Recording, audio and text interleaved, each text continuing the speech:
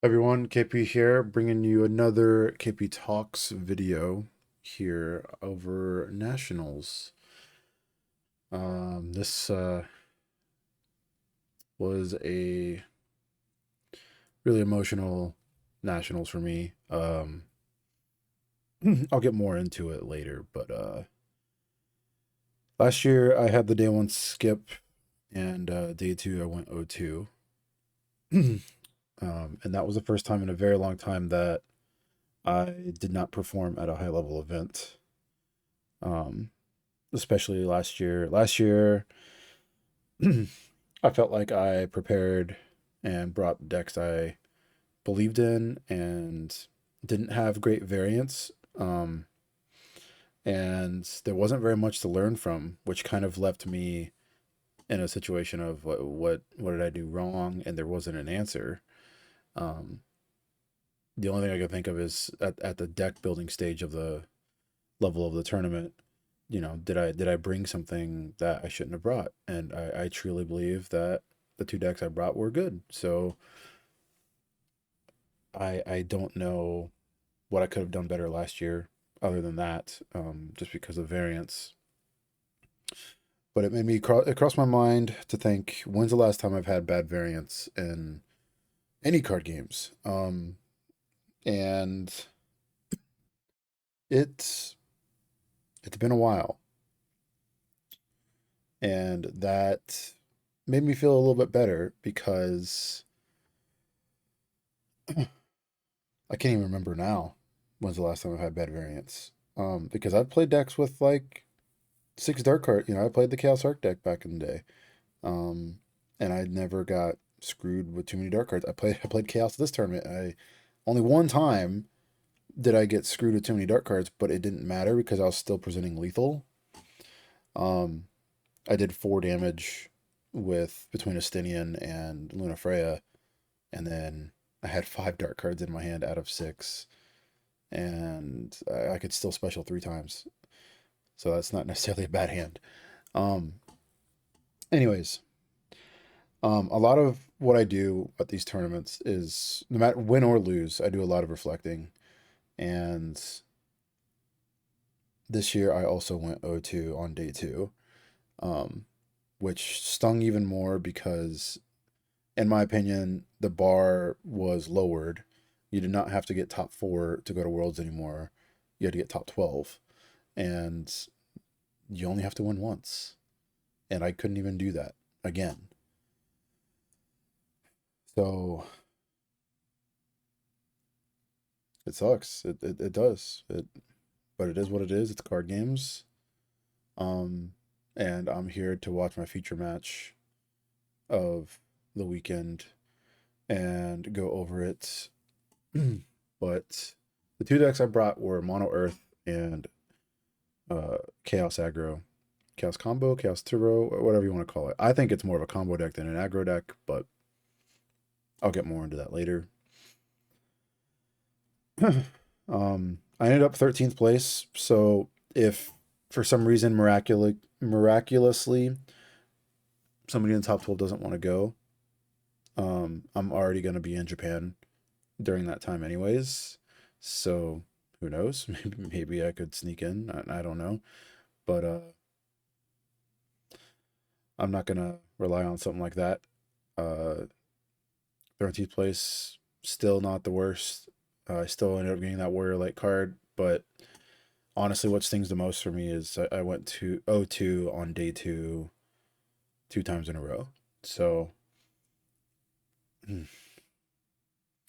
I will say that all the games I played throughout the weekend were phenomenal. They were very close, very good. Um, let's see. Can I remember what I played? So right off the bat, in round four, after I get off my buys, I play against Mike Powell, which is funny because I play him a top cut. We get deck checked immediately, which I respect dramatically there. We're both off the buys and they deck check us immediately. And that's good because, we could have not been prepared, right? Like, it's our first game of the tournament. So I respect that we both got deck checked in round four. Nothing was wrong. Just, but I still respect that the judges picked us, and that's kind of cool. Um, because it's got to keep us on our toes as well, right? So round four, I we have a mono earth mirror, and I end up losing the mono earth mirror. I don't remember too much. Um, I don't remember too much about it. Round five, I play Chaos versus, let's see, Dorian Finn, who's on Icewind.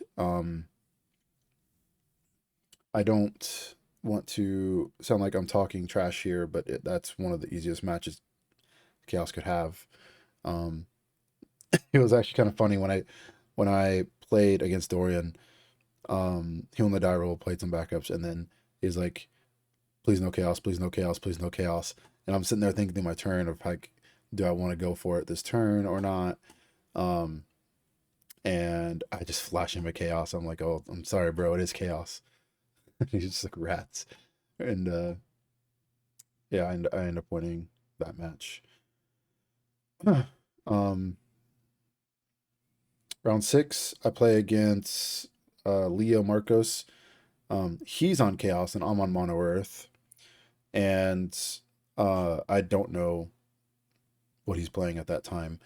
And I have a really solid hand for everything. I had two Miss Dragons, a Shantoto, a Claris, and I think a Miner as my opening hand, and then I forgot what my draw step was. But I end up like turn one discarding um Miss Dragon and Shantoto for Claris, and still start popping off like with my backups. And he goes turn one two backups, which signaled chaos, um, which made me happy because if he went off on turn one, yes, I had the Mist Dragon, but my hand was already kind of perfectly sculpted, and I'm glad I didn't have to ditch my perfectly sculpted hand to cast the Mist Dragon. So giving myself that, or getting that, Leo playing backups gave me the opportunity to set up and still have the Mist Dragon, and that helped out a lot. And I ended up getting there in that match as well. And then in round seven, my tiebreakers were tied with 17th place at that time, um, which normally, uh, I think that's okay because so I was X1 going in the last round, and I have the buys, but my breakers were still tied with 17th place, and top 16 is the cutoff. Um, all that being said, though, if I do lose, I would be losing to another X1 opponent. So my breakers should go up. So, but at the end of the day, I was still kind of worried, and I still felt like I had to win that game just to be safe.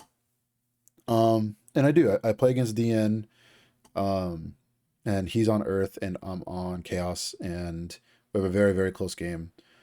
Um, and I almost end up decking out, but I end up getting there in the end. Um, Let me tell you this too. DN was playing Leslie backup, which long story short, if I play two forwards with different elements in play, and then he plays Leslie, it'll go to my field, and at the beginning of my main phase one, I have to break two of my forwards. So it's a 6 cost. He could like Emmett for Leslie, play the Leslie, kill one of my dudes, and then like at the beginning of my turn, it comes to me, and I lose two more dudes. So it's actually pretty good against Chaos. Um, so that's a nice find by him. Um, yeah. So I will just get into the game here, and I'll explain as I go with a few things. I guess I can speed this up as well. So I won the die roll here, and I choose to go second. Or I don't win the die roll. I'm higher seed. I'm higher seed. I choose to go second. Um, I felt like I should play the chaos deck every single time first here because I want to give it. I want the Earth matchup. I Is it great? No, but it's more favorable here than it is against the fire water matchup. So my whole quadrant, all three of my other players in my quadrant, they had mono earth or fire water. Mike's was the scariest because he also had Ifrit, 5 CP Ifrit burst that does 9k. So this is actually, I think, the only time in the tournament that I went turn 1-2 backups. But the hand kind of just was justified for it. This is a pretty good hand. The Lev 6 is in the deck specifically for the mirror match, which I never faced, but I had the opportunity to face it if I made it a little bit further in this top cut. And I also did run into chaos during Swiss, so like if you know, the 50-50 was right, that could have happened. Just playing a couple backups here. This is the chaos turn. So just really quick, let's pause right here. So Mike went first, went turn 1 Leatherworker, and then turn 2 Epitaph, which means he has 5 cards in his hand. Which I believe, so he goes to 6, goes to 4, and then goes to 6, discard. Yeah, he has 5 cards in his hand. So even if I was trying to play around the this dragon here, he would go to 0 cards and then draw from the Mist Dragon. Basically, you can stagger your abilities. Okay, so let's say that your opponent has 4 cards in their hand. When you play Chaos, you could play Chaos, whole priority special, mill 10, and you know, milling Fujin Raijin, irrelevant, whatever. But before doing more specials, you could let the Chaos special or Chaos ETB resolve. So imagine, let's see, 1, 2, 1, 2, 3. So right now, if I just let the ETB resolve, I could remove 5 and make Mike discard 2. Now, if Mike had 4 cards in his hand, he can't Mist Dragon anymore, and he would have to pick. However, I milled a Raijin here, so I'm pretty sure if he had a Mist Dragon, he'd probably Mist Dragon anyways. So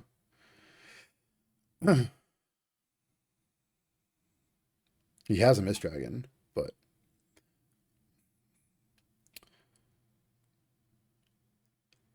so we let this resolve.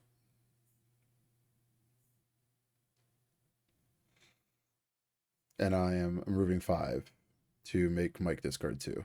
And Mike still has the Mist Dragon. He's probably thinking he didn't have the Mist Dragon because there's not enough pressure here. It's just 1 special. It's only 2 damage, and that's pretty valid. I attack with the Raijin and check that there's 10 cards, which there are because I specialed. And the milling and all that. So here, I sit here in the tank for a little while, and I think it's kind of obvious that I have another Chaos, but I'm debating if I want to pull a trigger or not. Because I have to hit the Fujin to do 2 damage, and I think it's not worth it if I do just exactly 1 damage. So if I don't special here, Mike can like untap and do a lot of different things here. Like he could have an Emmet turn just to kill the Raijin, right? It's a 7k. It's not a big deal. So I feel like pulling the trigger is worth it, and I get there and take a point from Chaos and a point from Fujin. So Mike's at 4, and there's no burst there, which is great. So here, I noticed this in game. So Mike has 5 cards, and he goes for Shantoto, and he keeps 1 card in his hand, and I find out later it's a Mist Dragon in the next turn, actually. Mike could have Mist Dragoned first and then cast Shantoto, and at the time, I thought that was a misplay, right? You can cycle the Mist Dragon. Like, he has 5 cards. Discard 1, cast Mist Dragon, draw a card. So that puts him to 4. Discard the other 3, play Shantoto. Perfect line of play there, but he'd have 0 cards. So in my head at that time, I thought that was a misplay. However, after some talks with some friends, I don't necessarily think it's a misplay, but I could see it being greedy, but I don't think I'd label it as a misplay. The difference here, I'm just gonna go through it. Well, um, I think Mike was trying to be uh more reactive because there were some lightnings and Odins that went to my break zone, and it would waste my resources if I activated lightning and then he misdragoned, right? That's more backbreaking than just doing it preemptively. So because I would keep the CP.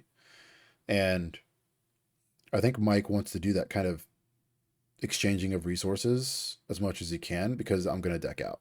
However, this is a punish to that kind of play, right? I make him discard it. And right here, I don't misplay. I removed a bunch of Dark Chaoses because there are no monsters. Our version of the deck plays a little bit less monsters because we have Lev 6s. We weren't going to play that many in the first place, but it did matter here in this one. I've played a lot of games with this deck. I was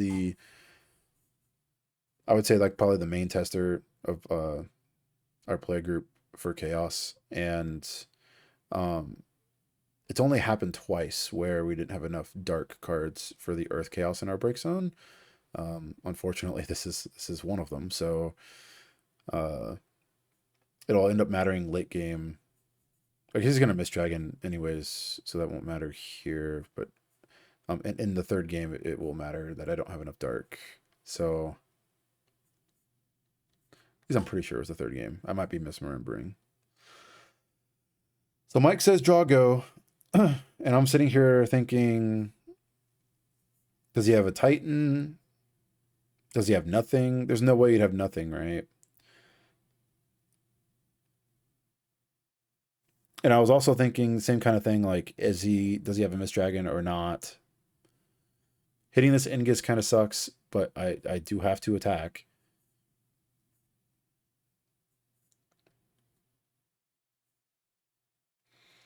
Yep, I was almost always expecting the Ingus here. So this is a possible misplay here. My hand is Spectral Keeper, Fujin, and I think Ezel. Let's go back. I'm pretty sure it's Ezel. My hand, yeah, it's Ezel. My hand's pretty bad. Like really bad. I think right here I'm supposed to, because I'm putting Mike on something. I don't think he has absolutely nothing. I think if he had backups, he'd play them.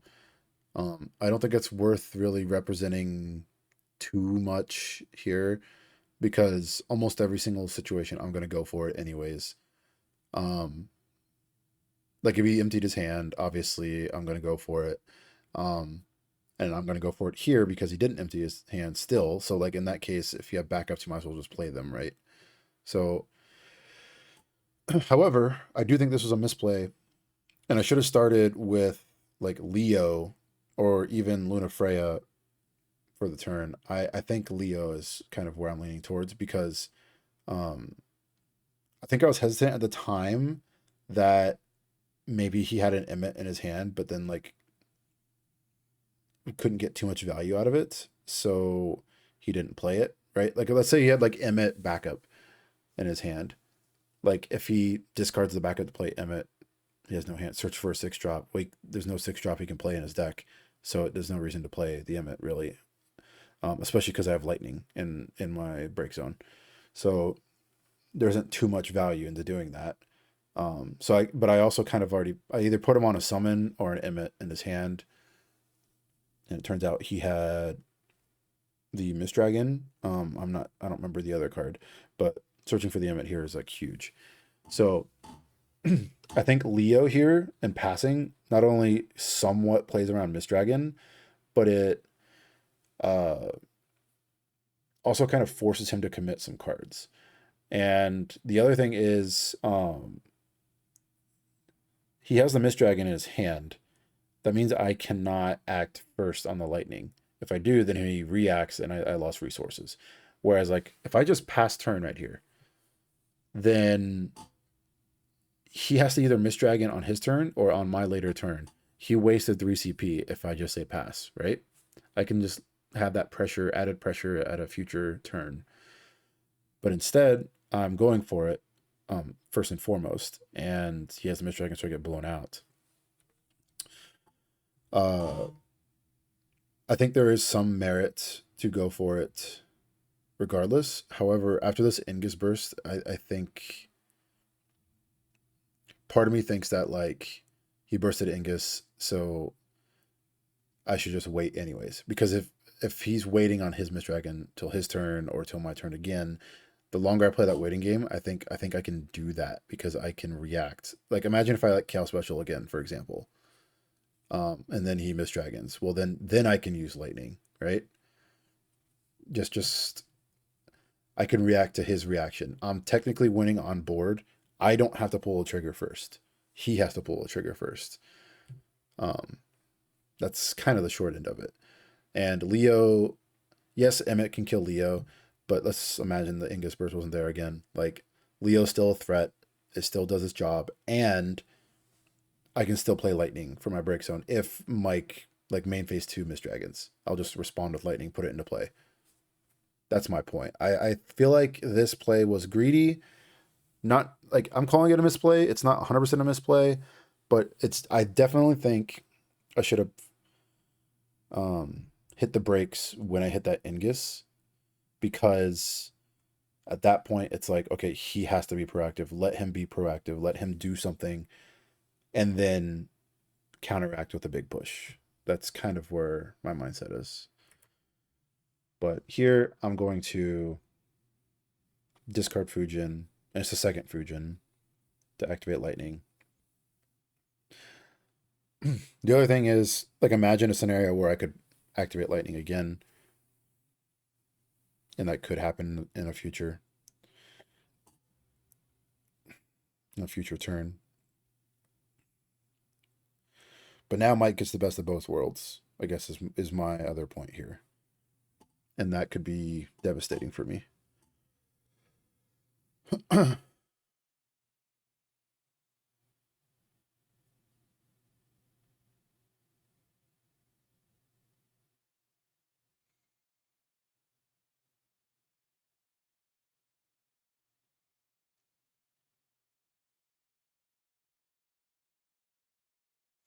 So here I'm Leoing main phase 2. Yeah, main phase 2, and this is why I recognize that um as like a misplay is if I'm doing this anyways, I might as well do it and then basically make Mike play on my terms instead of the opposite way. Because he has free reign now and that 3 CP was used, right? Like imagine if he just doesn't Mist Dragon, then he's got to still hold up Mist Dragon for basically the rest of the game. But now he doesn't because he accomplished what he wanted to do. It's kind of like a game of chicken. It's basically all it is. So this match, me and Michael check our they remove from games so many times. Kind of makes sense though. Let's keep going. Emmett for Engus. Play Leatherworker. Engus the Leo. So Mike has no cards in his. Oh, he has one card in his hand now. So this is kind of what I expected, right? But imagine if Mike didn't cast Mist Dragon, right? He couldn't make this play this turn unless he started with the Mist Dragon, right? Well, he tapped out perfectly. He can't do that. So this Leo, something would not be in play, I guess is my point. The same scenario could have happened, except I would have a card in my hand because I discarded a Fujin to try to play a Lightning, right? I would have an extra card in my hand, and Mike would have an extra card not on the field. That's the difference there. So, and that stuff matters. That stuff adds up in decks like this.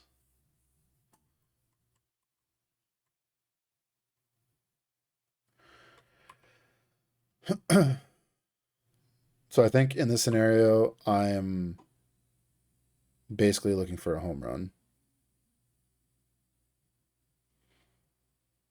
And I know I just drew a chaos. I don't have 10 cards in my deck. That's also probably why I discarded the food or the Raijin, because I think with the combination of cards in my hand and my deck, it's 10 cards, but I couldn't easily give Raijin haste. So I gave up on him.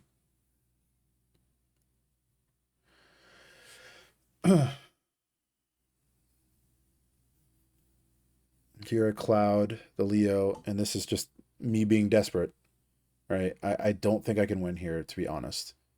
The Chaos is going to attack, he's going to take it, and this, I think the only way I can win here is if Mike fully bricks, but at like bare minimum, he still has his entire limit break.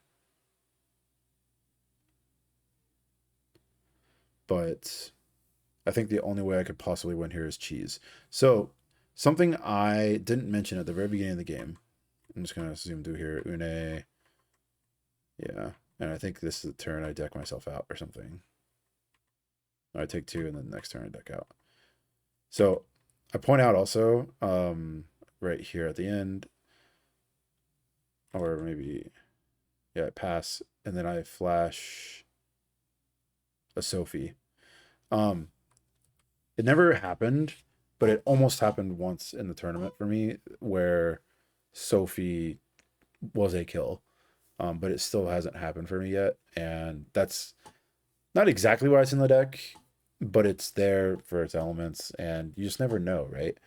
Uh, that's I feel like a lot of people wouldn't play around a card like Sophie, where it's actually a lot more common than you think, where they have enough forwards because the limit break, like between Mott, Leo, and Lunafreya, it's actually not that uncommon, and the monsters, it's not that uncommon to get your Sophie to 10k.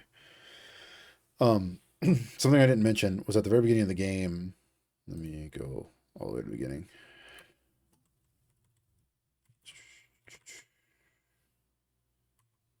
Right here, the 10 cards.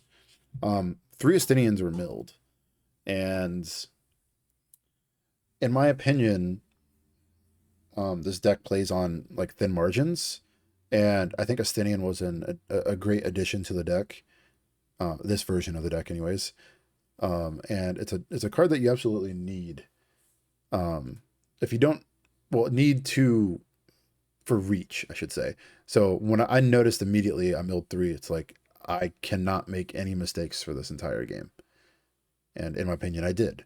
Um, but Estinian, in a way, is kind of like a get out of jail free card.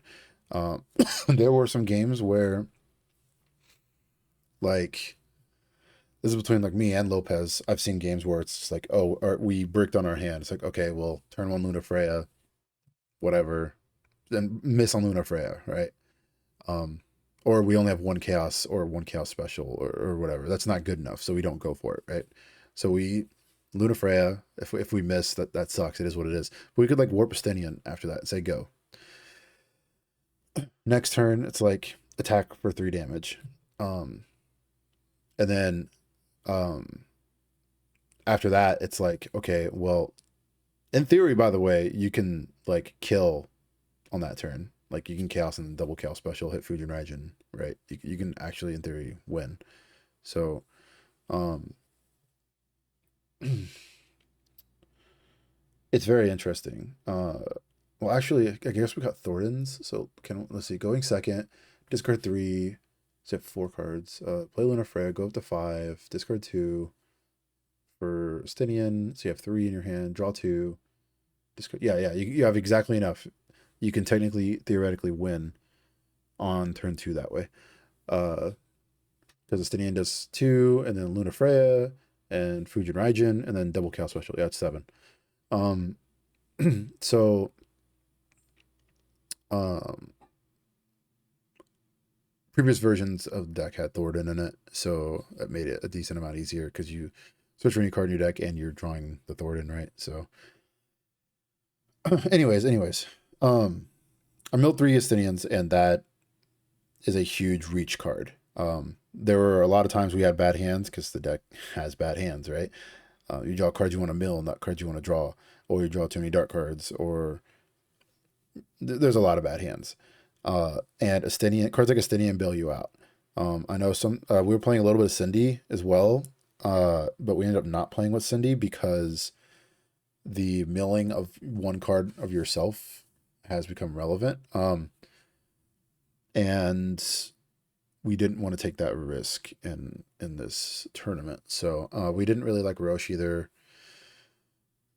So we didn't play Roche. But Estinian was perfect because it's also so I remember Lopez had a game where he said like his hand was really bad, he did the Luna Freya Estinian thing, and then like but he put his opponent to a high damage threshold, and then it was just like, screw it. I'll warp another Estinian while there's one in play. And now it's like, well, if you board wipe me now, I this one can attack twice. You know? So now there's pressure on the board, but also coming onto the board next turn.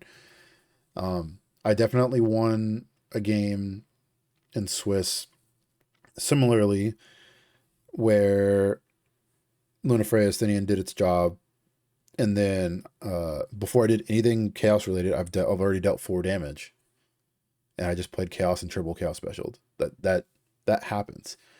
That to me it was a bad draw, and I won because I didn't do the chaos thing until like turn 5 or 6, but I won, and that's what matters because cards like Estinian push that pressure still.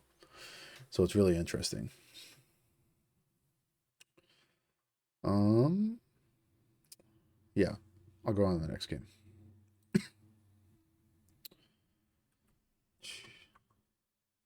So I got the pairings I wanted.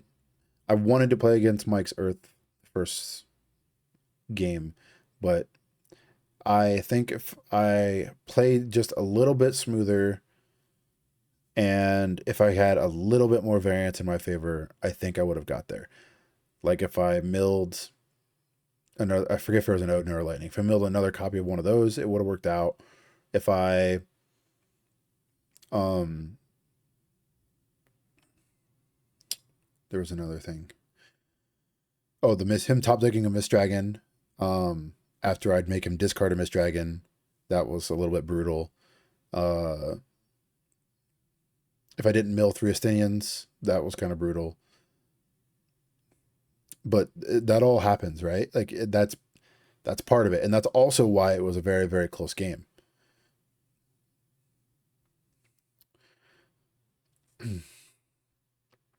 So minor for minor, I think it was minor for minor. I don't recall. No, minor for leatherworker. Sorry. And then selfie get back ward.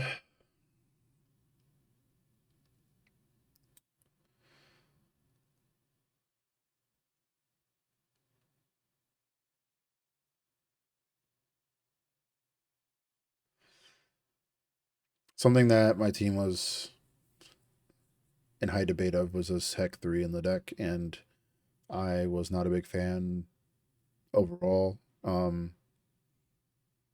I think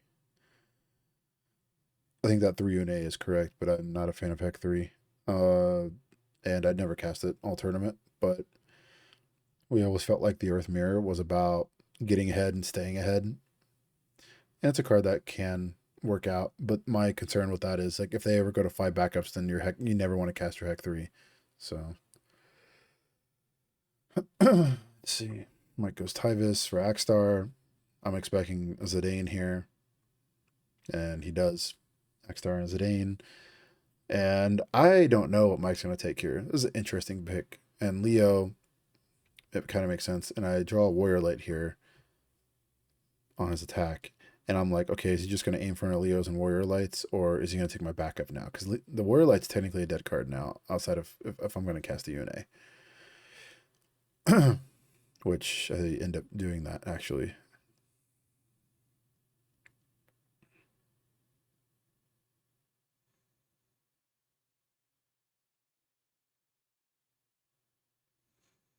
I also think this matchup's a very very in favor of Earth matchup. Um, Not as close. Which also kind of made it shocking to me that so many players brought this like mono Earth with Fire Water. I I think the Fire Water deck has to get pretty dang lucky to beat Earth.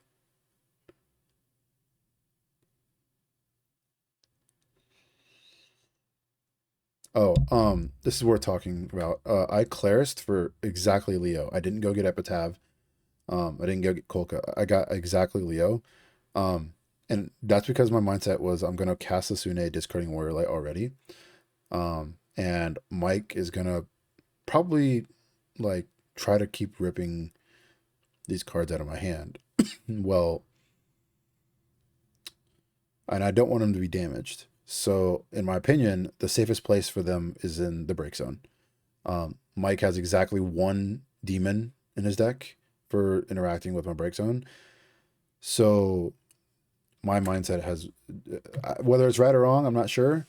It works out, but I play this discarding the Leo and the Warrior Light because I want them in my break zone.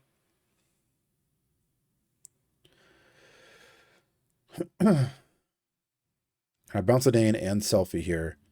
Knowing that he's gonna most like at bare minimum, he plays the selfie, gets back ward, plays the ward off Tyvus, and attacks Zaxxar, right? I am okay with that because in a way I feel like I am dictating his turns. Um, this is what he's gonna do.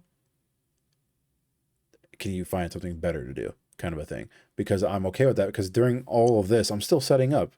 All that like I look at this as like a time walk. Time walk's a magic card, take an extra turn. That's basically what this is, in my opinion, is I'm somewhat forcing Mike into these plays, and I'm okay with them, and it's the cost is one damage. And I played two backups. That's the way I'm looking at it. And then in this case, it's even better because I hit a burst. And I'm also thinking on this burst, do I want to get Leo and hope to draw Leo or Royal Light and hope to draw another recursion card and go off? Oh, I actually have a Kusith in my hand, I think. Let's go back. It's Titan. No, it's Tyro. Tyro, Titan. So I'm mathing. It's like, oh, okay, discard 3 to play the Tyro. And then Leo Warrior Light. I could do that bare minimum. Like search for a Leo or Warrior Light. So I could go off like that, but I wasn't the biggest fan of that. So I get Genova here, and that's again at bare minimum. I can play like a Tyro to go search for something, like an Emmet most likely, and then play Genova. But then I have two really perfect draws, and it's Aparu and Kusith. So I think this was a very greedy play. And I also think that it would be a little bit more reasonable if I had Cloud Limit Break in this deck, but I don't. It's in the Chaos deck. But here, I use my whole hand to go Leo Warrior Light, and that's insanely risky. I think that hindsight, I should have Aparu'd anything and then Genova'd, and just that's good enough. And then next turn, try to Leo Warrior Light. But I get so I would consider this turn a misplay. So I'm Aparuing for Warrior Light and then Kusithing Leo, and then I'm discarding Titan for Leo, and then so I'm tapped out here. So I used all my resources there, and I'm drawing a random card. That's not the best use of my resources. So let me see my hand again just to make sure. It's Aparu, Kusa, Tyro, Titan, Tyro, Aparu, Titan, Kusith, and Genova. Yeah, so if I Aparu here to get back, let's see. So then I'd have to discard one other card.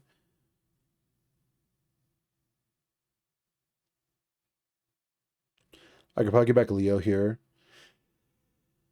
And then I could discard the Titan and play Genova. So my hand would be Kusith Leo. And then next turn I can go off, right? That seems pretty straightforward to me.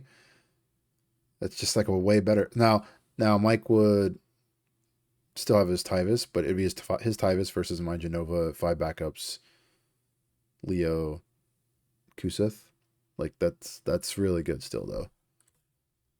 This is a huge misplay. It ends up not mattering though, because I draw probably the best card possible. And I hesitate to play it because I was curious if Mike would have Amaterasu the Warrior of Light or not. Because I go to 0 cards, right? So I like almost slam it here, and then I hesitate. I'm like, wait, is there any world where Mike would not Ama the Warrior Light? I drew Emmett Selt, so that's what this pause is for.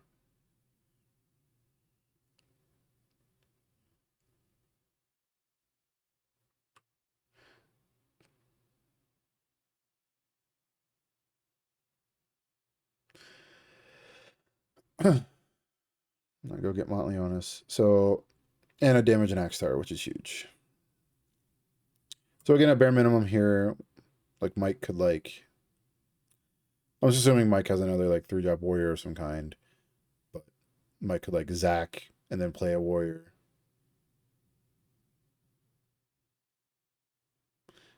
And then like attack with Axe Star, and I'd assume that would all kill my warrior late. But then his Axe Star would probably die, but he also probably doesn't care because he'd want to play another one.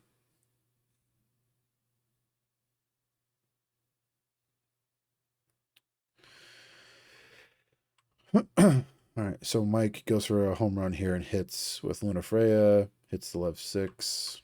That's what he was hoping for. Bounces Warrior Light. I shoot something. Puts in play Mog off of Tyvis. Plays Demon. Names Earth. I check. I always forget which one's 7K, which one's 8K. That's what I was checking when I was reading the card. And then here at bare minimum, I'm thinking, so Mike is attacking with Axstar, and I'm like, Mike has 1 card in his hand. He super overextended this turn. And I'm like, Mike's a good player. He wouldn't do this unless he has something like really good on the backup. Like, is it a Tyvis? It has to be, right? Like, I don't know what else it could be. It's got to be something very valuable. It turns out it was a Tyvis. I guess I could check here since we have it on VOD if I can see his hand. But whatever. And I'm like, at bare minimum, I just Shantoto here, right? That seems like a really good play. Like I can just block here and then Shantoto.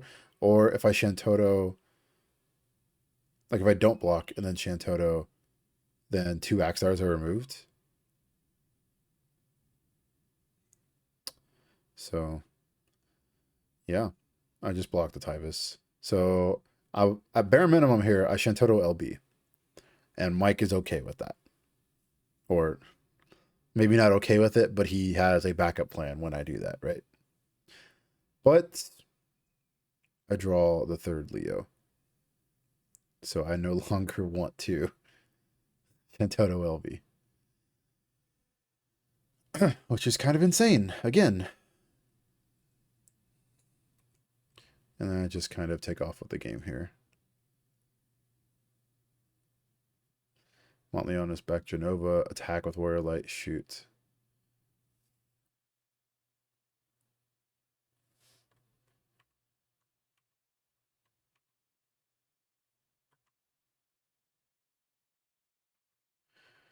Mike passed, I believe. Now I'm trying to attack.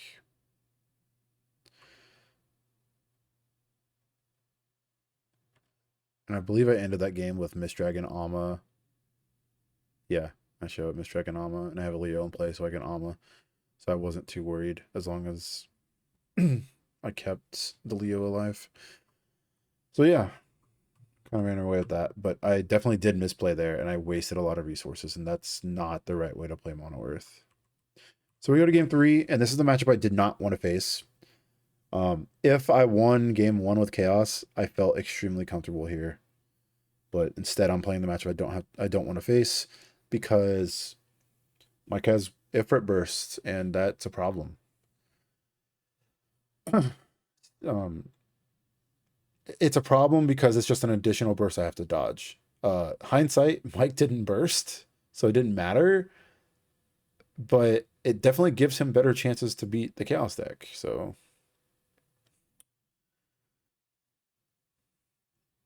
and I choose to go second here again.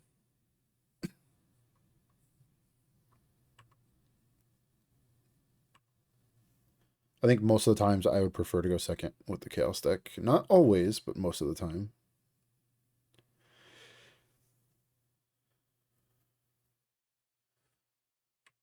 Okay, let's go fast. So I draw a very good hand. I think I have backups and stuff too, but my hand is fast enough, and Mike's not playing a Mist Dragon deck, so I just go for it. Like, why not?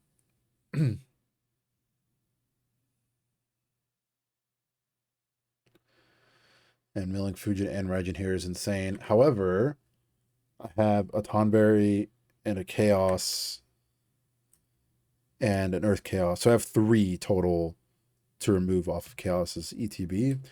So I'm really hoping these Fujin and Raijin mill more. And I missed on that one. And that's 1. And you see me slow down there. That's 5. You see me slow down there on that second mill because I know that it was close to 5 and it was exactly 5. So take a point of damage, and then I would like to remove 5. Remove 5. Mike has to discard 2.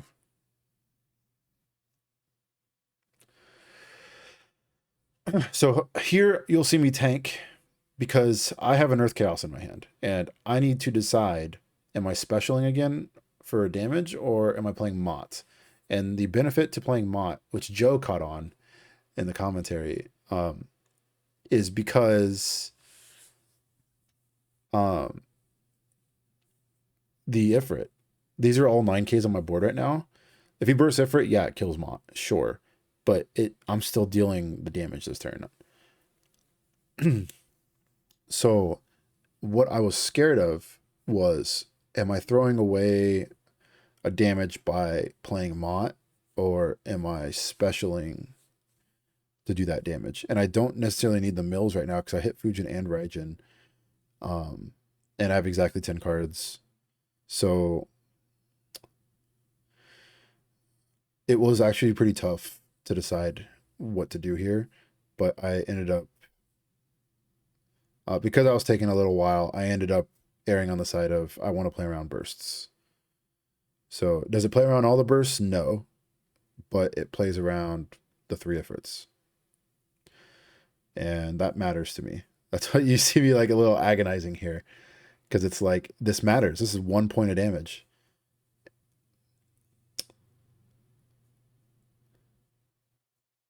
Like, I'm throwing away 1 point of damage now to play around bursts, but I might get that 1 point of damage back later if Ma ends up attacking, which I'm pretty sure it does.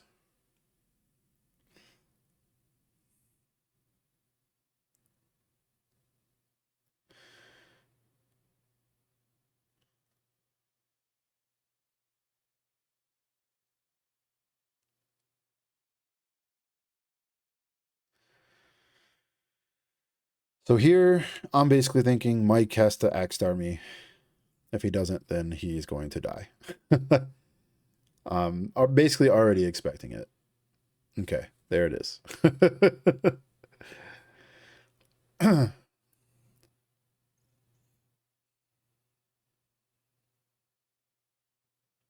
I even tell him, like, surely an Axe Star, right? And we're very vocal in our match here.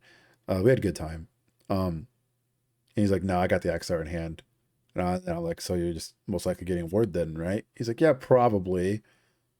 Like, I just want to make sure on some things. I'm like, yeah, okay. We're just literally, 2 good friends chatting with each other, having a good game, having a good match. Yeah, he gets the ward and then puts in play Axstar and ward and kills. I think. Oh, he was having a hard time to know what to decide whether to kill Chaos or not. Because if I play another one, um, I technically, because I only have one card in my hand right now, I can't remove 5 to trigger its effect, right? So, but that's what he was trying to decide if he kills one of the Fujin or Raijin, or if he kills the Chaos. And he chose to kill Chaos. And I did draw another Chaos, so. But I also don't like I don't end up playing it because I can't um remove 5. So here I think you could argue this was a misplay too. I kill Ward because I'm scared of another Axstar. However, I don't think I should be scared of another Axstar. So if I kill the Axstar, so at bare minimum, Mike can draw 2 and Zack something and then attack with Axstar, and that's 9k. So it's 6 plus 3 because Zack and yeah. So he can kill Fujin or Regin this way. Or like he can kill Fujin or Regin and then trade the Axstar for Cloud. Um, or he can Zack the Cloud and then attack and kill the Cloud that way. However, that is a little risky for the crackback. So, but I still think I should not be scared of another Axstar. I definitely think I should have killed the Axstar here.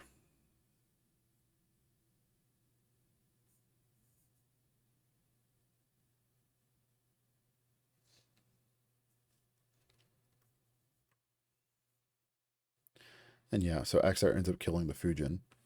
And I believe there are 2 Fujins in the break zone. And that's the third one. It's either in the break zone or it's in my hand. I don't recall. No, the Chaos is in my hand. So that's the third Fujin gone. And that was probably the only card in my deck I didn't want to see gone. Because if I draw that card, that's probably game over. I'm going to win. That was the best damage for him to hit. But I still think hindsight, I definitely should have just killed the Axstar because there's no way that he could have killed any of my board, right? If he lost the Axstar, unless he draws another Axstar, he has to draw exactly another Axstar. But that's two cards out of his entire deck versus 0, and I chose to take the 0. Like that's weird. Like he already has it in play. The threat's already in play. I don't think I care about the dull freeze in my whole board at all. I don't.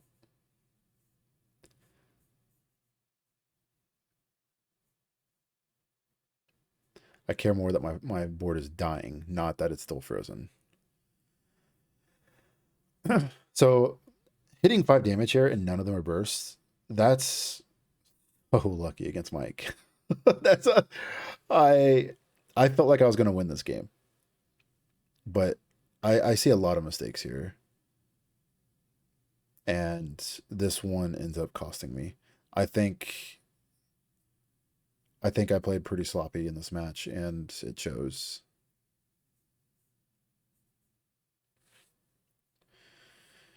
This is the kind of insight that I needed last year because I don't think that there was much to learn from last year when I went 0-2.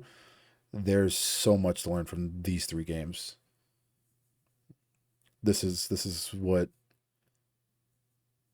I need to see um, to get better at the game. So that's the second forward that Axstar has killed.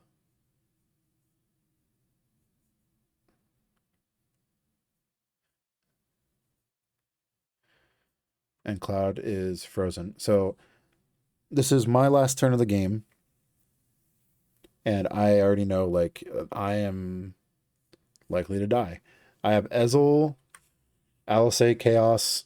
I have a Sarah Mobius in my hand. But I have an Earth Chaos in my break zone with 1 Dark Chaos. There's only 1 Dark card, so I can't kill anything. And that mattered because I didn't have enough monsters in my deck to remove with the first 4-drop chaos, so I had to remove dark cards, and yes, that's rare, but it does happen. Um, it's kind of what I meant when I just needed just a little bit more to go my way. However, that little bit more is made up by me playing better. I did not play my best Final Fantasy in this game. And that's, in my opinion, why I lost. So you can see my graveyard there. The only dark card is this Dark Chaos. So killing something is not an option. So I'm sitting here deciding, am I dead next turn if I play a backup? Because like on board I am, right? He just attacks, kills Reg, and so I'm debating if I'm playing a backup and something else. Am I playing this chaos just for a chaos, like for a dude? It's just gonna die, whatever. Am I gonna Luna Freya? And what's the best thing I can hit?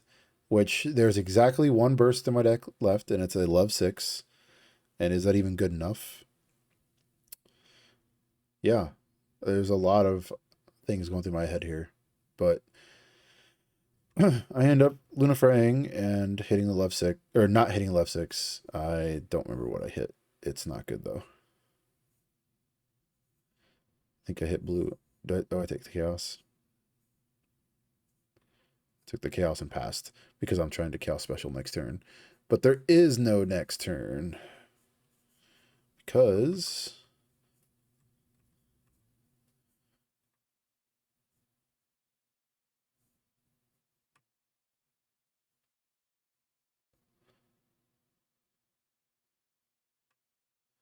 Mike has an Ifrit to kill one of my dudes. So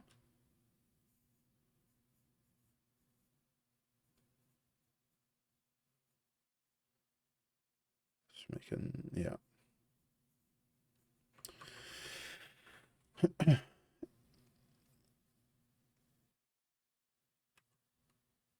that's game. So I was a little disappointed,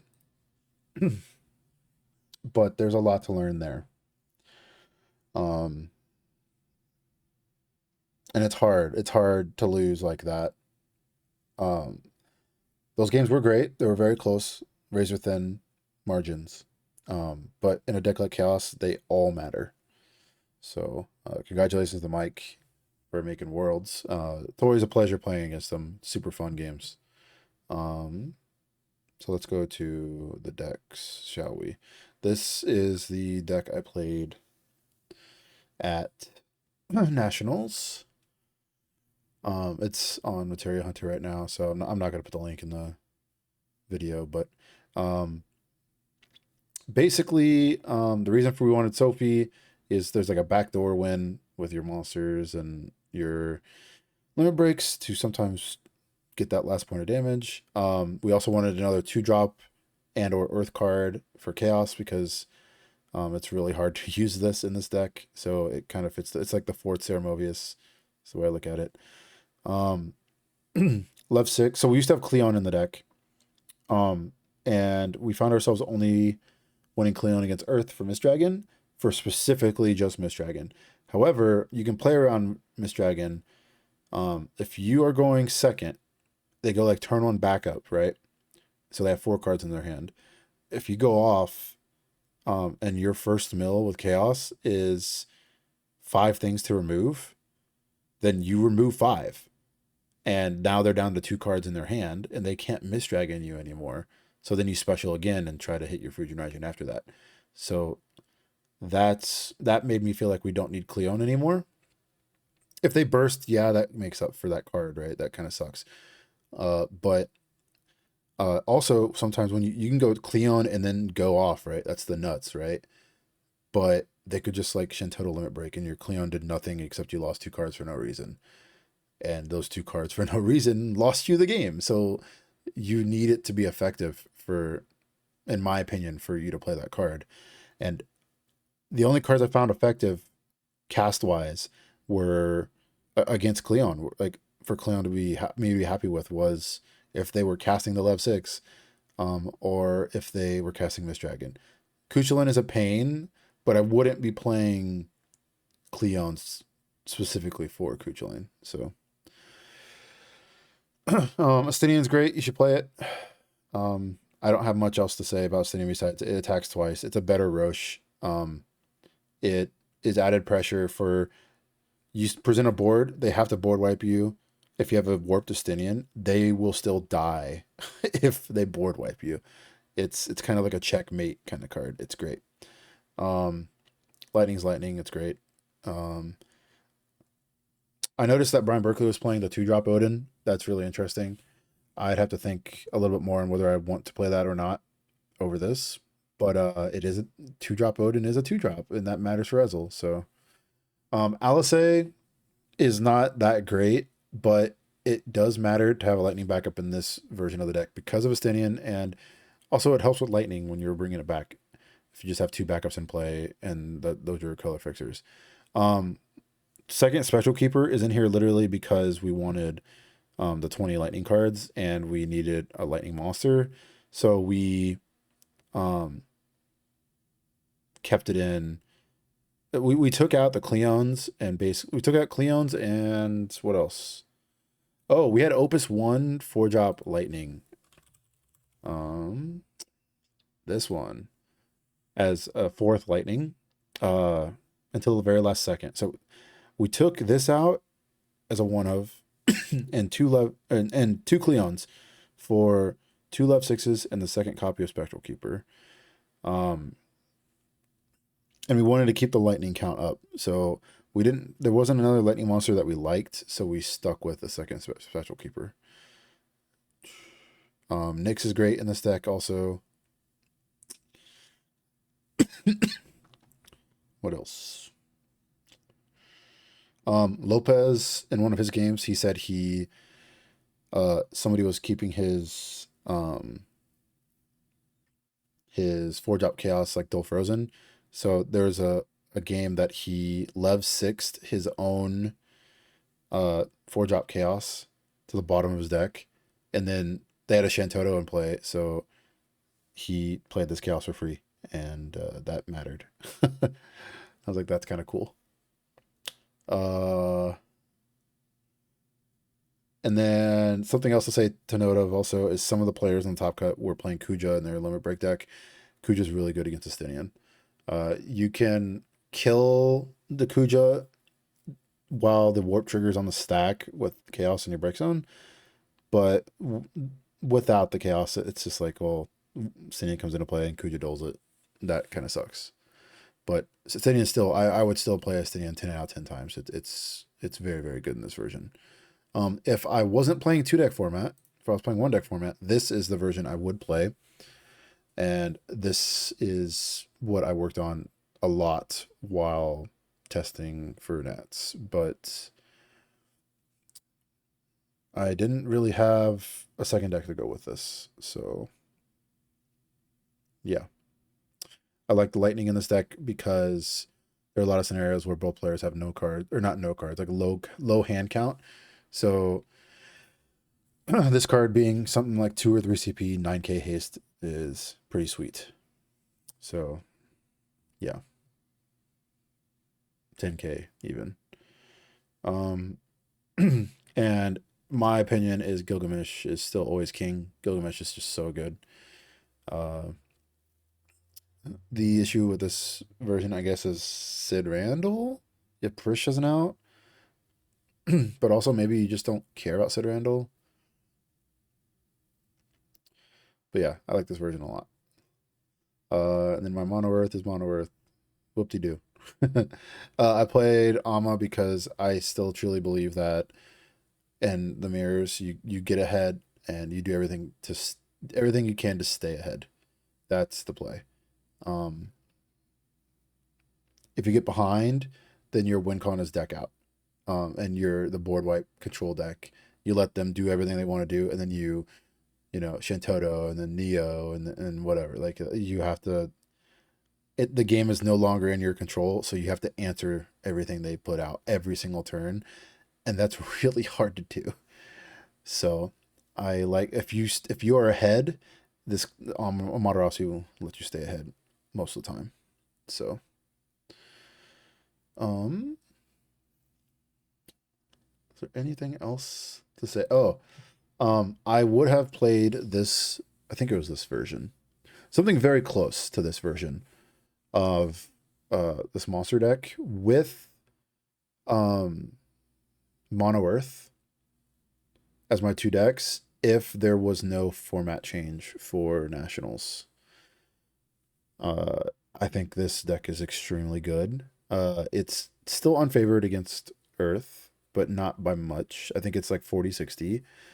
Um, and the fact is because like there's a lot of monsters in this deck that can attack, and you can turn the corner a lot. Something cute. I didn't have it in this list here, but Mira, and there are some monsters like this. Like there are some Black Knights and or is it Dark Knight? Let's look. Oh no, I don't think it's Black Knight. Oh, it is Black Knight. It's something like this, but I could have swore there's a different one. Buffalosaur is another one.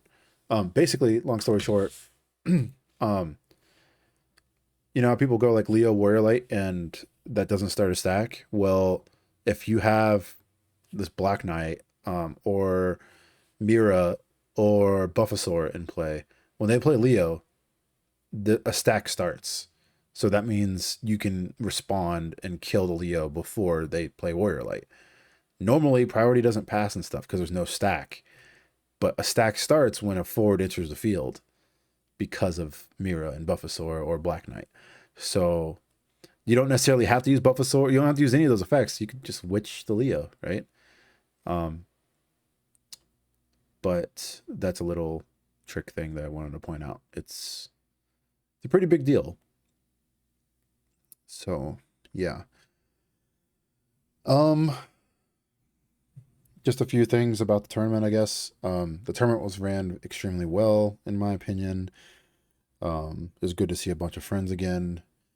The format changing last second kind of, quite frankly, pissed me off. Not because of, I think the format is fine, but changing last second, a week before the tournament, in my opinion, that's extremely unprofessional and unacceptable. That's a joke, right? I don't want to beat a dead horse. It is what it is. I don't know whose decision it was, but it makes me feel like the person who made the decision doesn't play competitive things, and it wasn't a benefit. And even if it was a benefit, changing it a week before is still rustling the feathers. That's not a good place to be. Um, Also, the change like this, I feel like could have been, we could have known about this format back in March or April, whenever they announced, right? Uh, I was amongst a lot of the people who were testing for Nats, right? Like I switched decks. Uh, how do I say this? I would have played this Water Lightning deck if we were playing normal two deck format. Instead, I played Chaos. Um, would have done better or worse. I don't know. We never will know. But it it does matter and it does affect people. And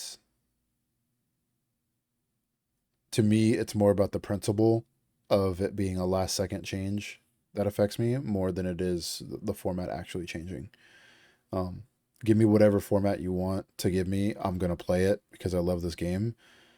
But pulling the switcheroo right before, literally a week before, like the tournament, that's insane. Like I don't know. I was already under a lot of stress with a lot of stuff, and then this just added way more, and it ruined a lot for me. And I will say that I was gonna actually speak up a lot, probably, uh, either at the player meeting or just in general. But Kageyama's apology to me carried a lot of weight, and it sounds like it wasn't necessarily his decision either. But I will also say the ABAB format, when there's an odd number of rounds, isn't really the smartest thing to go by either. But whatever. All that aside, I do think the event was ran very well, very great judge staff. Square Enix ran it very well. Everything went for the most part smoothly. I will say a lot of it felt like ad hoc-ish, just like on the fly, and I could say that's unprofessional as well. But I will say that it also adds like if things are too professional and too perfect, I almost feel like the human element kind of leaves. So the fact that it was on the fly, like Will, for example, in the award ceremony, it was very clear he was kind of uh just going with the flow. And like, is that professional? No, but I think I liked it better that it wasn't, because like I like it better that it was go with the flow and kind because it it felt more human. I don't know how to explain it. It felt more real and in the moment, and people were way more happy, in my opinion.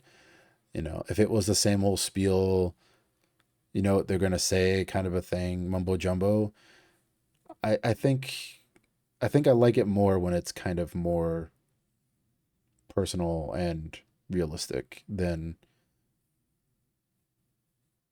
just reading what you're expecting to hear kind of a thing.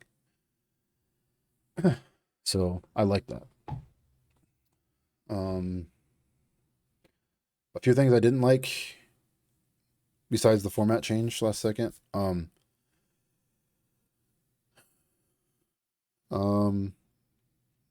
the hotel's been redeemed for me. Last year the hotel was garbage, unacceptable. I did not want to go back this year. Going back this year, it is a very nice hotel. They did good work within that year. Nice job. Would go back. Uh, Side events were sweet. Although I will say that I wish I could gunsling. Um, After going go to every time I this year and last year, it was basically impossible to gunsling because the line was so long. I don't know if there's any way to fix that, to be honest, but um, couldn't really gunsling after being in the main event.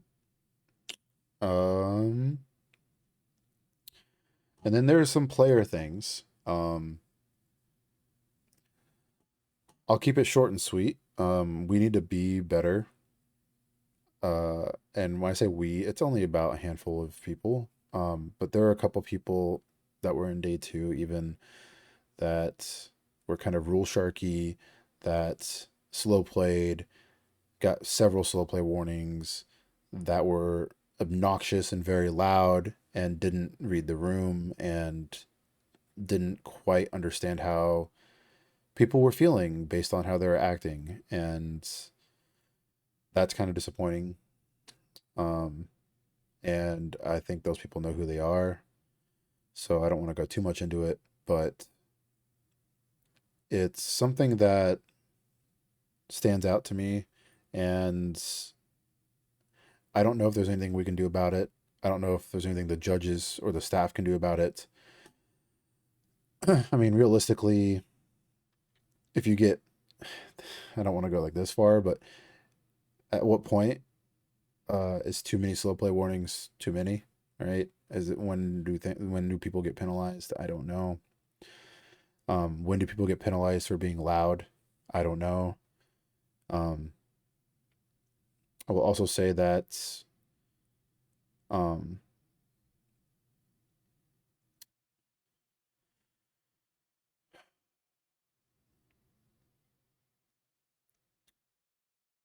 how do I say this? Respecting the judges and the staff should come first, no matter what.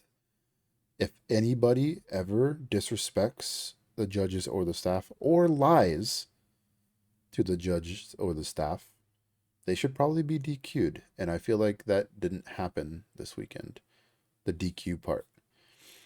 So I definitely witnessed some people lying, and that's not okay because lying to me equals cheating, and I'm not happy about that. So, yeah.